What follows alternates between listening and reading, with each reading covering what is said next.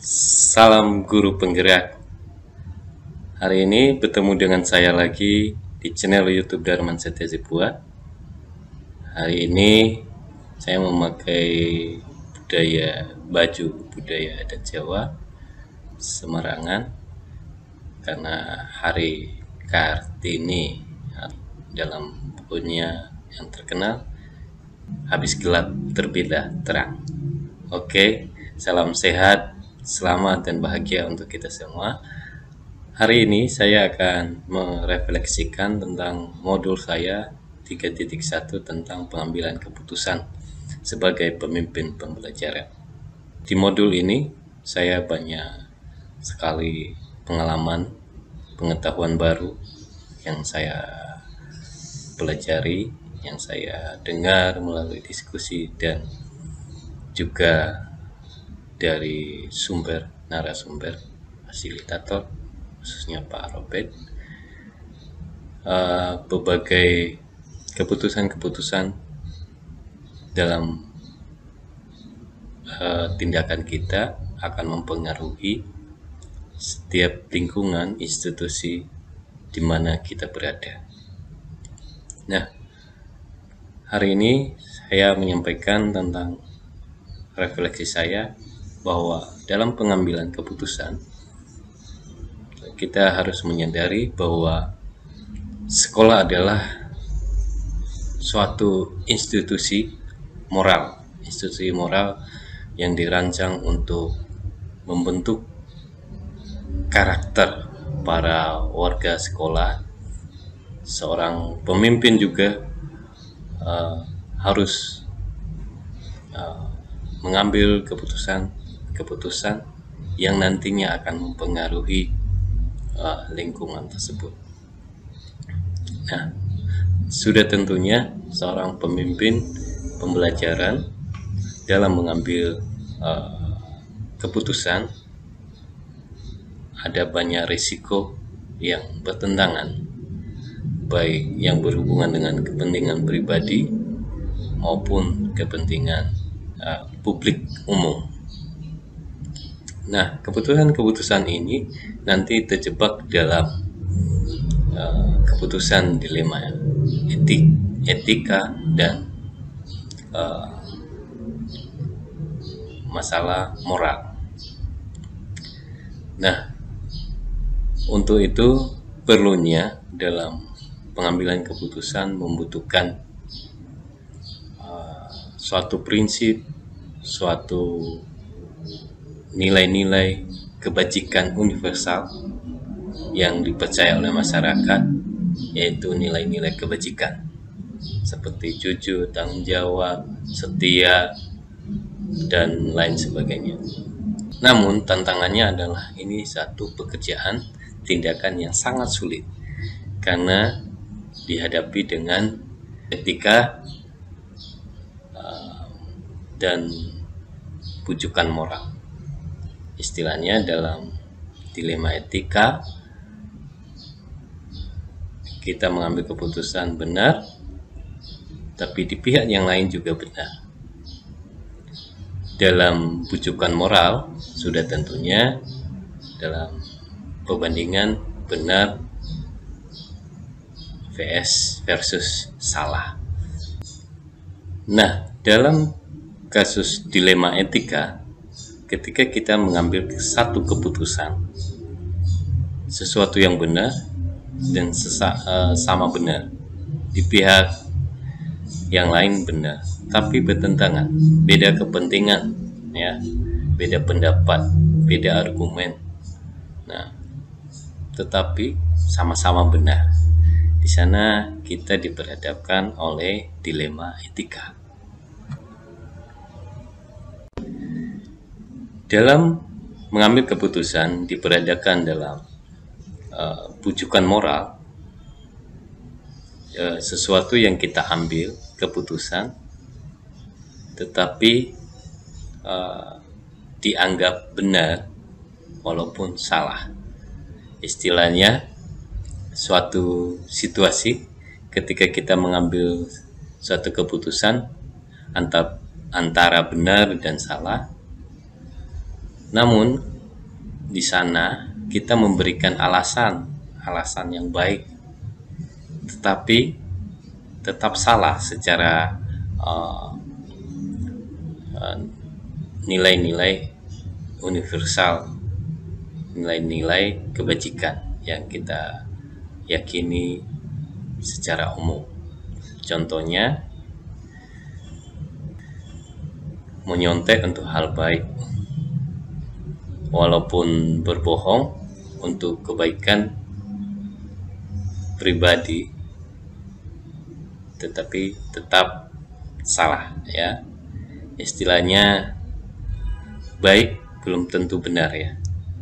Oke, seorang pemimpin pembelajaran harus dalam mengambil keputusannya harus bijaksana. Seperti dalam filosofi Ki Hajar Dewantara, harus mempunyai ketajaman pengetahuan, harus mengolah, memperhalus rasa, dan juga memperkuat, memberikan dorongan pada karsa, yaitu mental dalam daya juang, sehingga nilai-nilai itu yang memberikan seseorang suatu tindakan kebijaksanaan untuk tetap selamat dan bahagia, baik bagi dirinya maupun manusia di dalam masyarakat. Nah, di dalam pengambilan keputusan, seorang pemimpin pembelajaran harus melihat paradigma pola yang terjadi. Ada 4 paradigma yang terbentuk dalam pengambilan keputusan. Yang pertama adalah mengambil keputusan dengan pemikiran paradigma individu lawan masyarakat. Ketika kita mengambil keputusan pribadi, apakah itu bertentangan dengan kepentingan masyarakat atau individual vs komunitas? Yang kedua, paradigma yang harus kita lihat sebagai pemimpin pembelajaran ketika kita mengambil keputusan. Yang kedua adalah tentang keputusan dalam konteks rasa keadilan lawan rasa kasihan. Ya, keadilan ini justice atau mercy. Ya, keadilan lawan belas kasihan.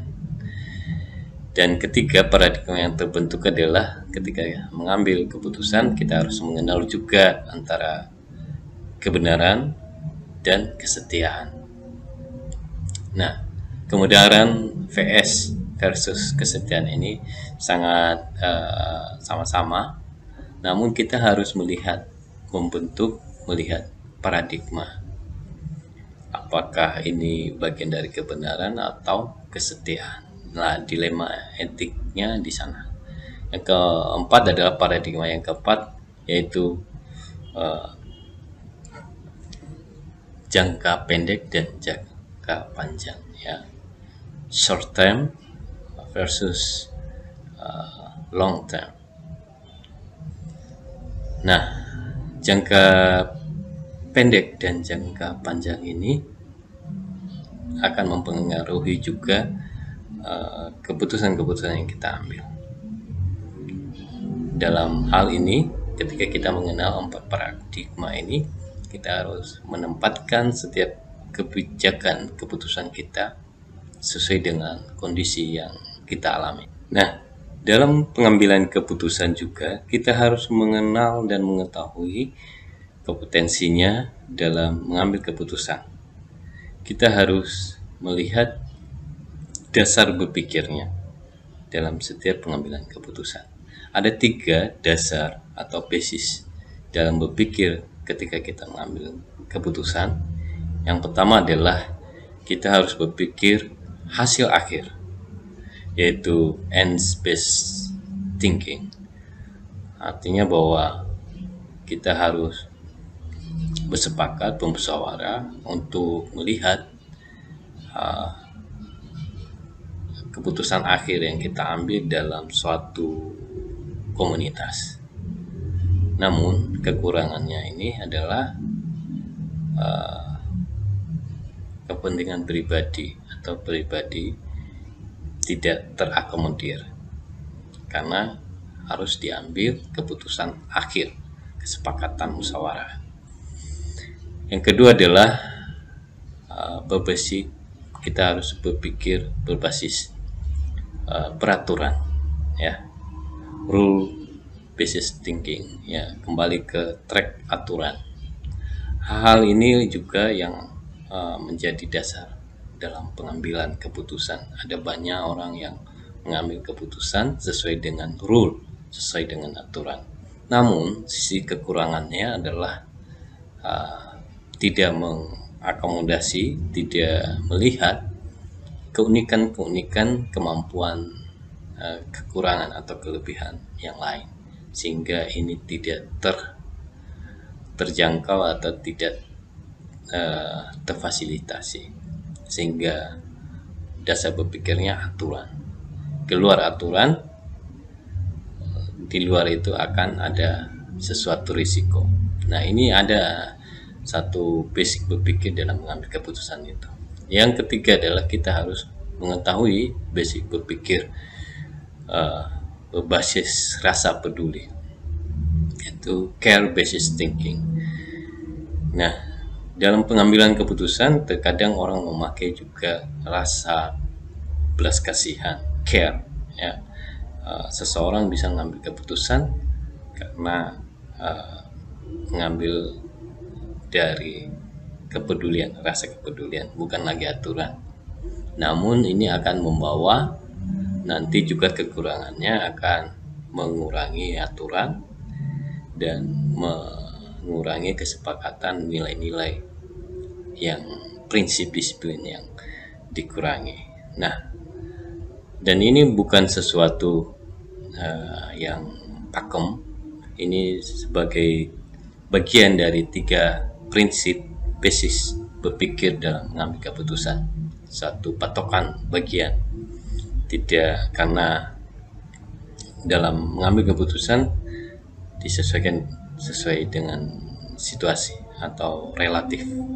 Nah, yang terakhir kita belajar mengambil keputusan sebagai pemimpin pembelajaran. Tentunya harus ada ukurannya. Tentunya harus kita melihat konsep-konsep pengambilan dalam pengujian keputusan. Kenapa? Supaya nantinya apa yang kita putuskan sesuai dengan pelayanan publik, sesuai dengan kebutuhan yang ada di lingkungan sekolah, di lingkungan institusi. Nah, ada 9 dalam konsep pengambilan keputusan sebagai pengujian dalam pengambilan keputusan kita. Yang pertama adalah kita harus melihat, mengenali nilai-nilai yang saling bertentangan, ya. Nilai-nilai yang saling bertentangan, walaupun itu sesuatu yang benar tapi bertentangan, kita harus mengenal itu dan kita harus menampungnya sehingga kita bisa nanti memilah-milah sesuai dengan kepentingan publik. Yang kedua adalah menentukan siapa yang terlibat dalam situasi ini. Tentunya kita harus mengidentifikasi siapa yang berkepentingan dan terlibat dalam setiap keputusan kita. Kita harus merangkai itu, mengkomunikasikan, mensosialisasi sesuai dengan siapa yang terlibat dalam menentukan keputusan ini. Yang ketiga, kita harus juga mengenal dan mengumpulkan fakta-fakta yang relevan dengan situasi ini. Kita butuh data lengkap. Kita butuh siapa saja yang terlibat dan apa faktor-faktor pendorong, kepentingan apa, fakta-faktanya secara lengkap dan mendetail, karena itu akan memberikan kepercayaan diri kita dalam mengambil keputusan. Dan yang keempat adalah kita harus juga menguji benar salahnya baik secara legal maupun non legal juga, sesuai dengan aturan-aturan yang ada di lingkungan sekolah. Nah, uji legal ini yaitu tentang ketika kita menilai salah dan benar, kita harus menilai itu apakah ini benar dan apakah ini salah. Dalam pengujian benar dan salah, kita harus melihat beberapa standar, yaitu uji legalnya, bukti secara lengkap dan detail, dan juga kita harus melihat secara uji publikasi, dan juga tentunya sesuai dengan aturan satu lingkungan tersebut.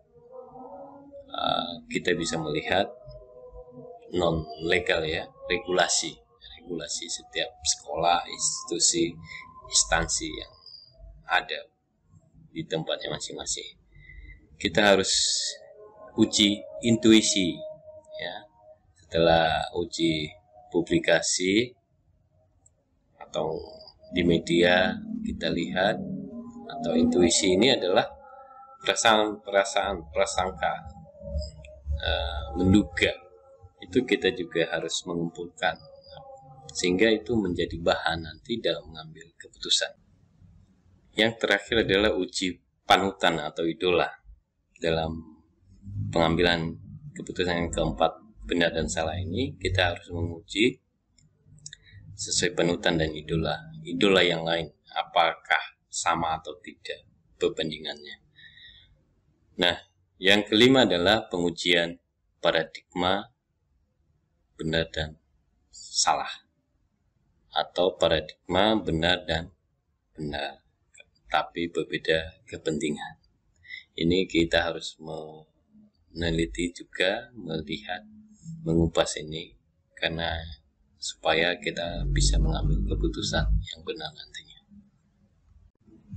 Berikutnya yang keenam, kita harus mengambil keputusan sesuai dengan prinsip resolusi dengan melihat 3 basis berpikir, yaitu hasil akhir, atau berpikir aturan, atau berpikir dalam kepedulian.